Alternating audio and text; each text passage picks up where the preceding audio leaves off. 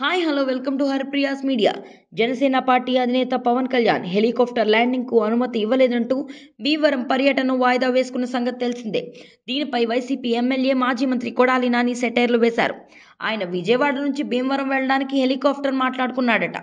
భీమవరంలోని విష్ణు కాలేజ్లో బిల్డింగ్ల మధ్య హెలికాప్టర్తో దిగుతాడట.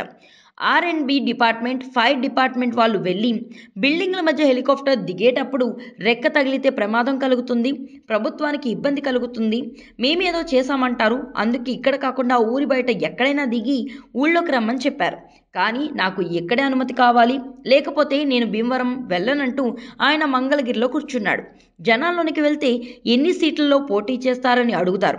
పార్టీ నేతలు కూడా ఎన్ని సీట్లలో పోటీ చేస్తున్నామని అడుగుతారు. మీడియా వాళ్లకు కూడా సమాధానం చెప్పాలి. వాళ్ళు అడిగిన దానికి ఈయన సమాధానం చెప్పాలి. ఈయన సమాధానం చెప్పాలంటే ఢిల్లీ వాళ్ళు చెప్పాలి. ఇవన్నీ తప్పించుకోవడానికి పర్యటనలను వాయిదా వేసుకుంటున్నారు. నిన్నటి నుంచి చూస్తున్నా, విజయవాడ నుంచి భీమవరం వెళ్ళడానికి ఎంతసేపు పడుతుంది?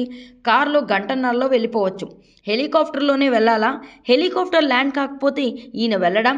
భీమవరంలో పోటీ చేసినట్టయితే ప్రతిసారి హెలికాప్టర్ ఉంటేనే ఎక్కడికి వెళ్తాడా?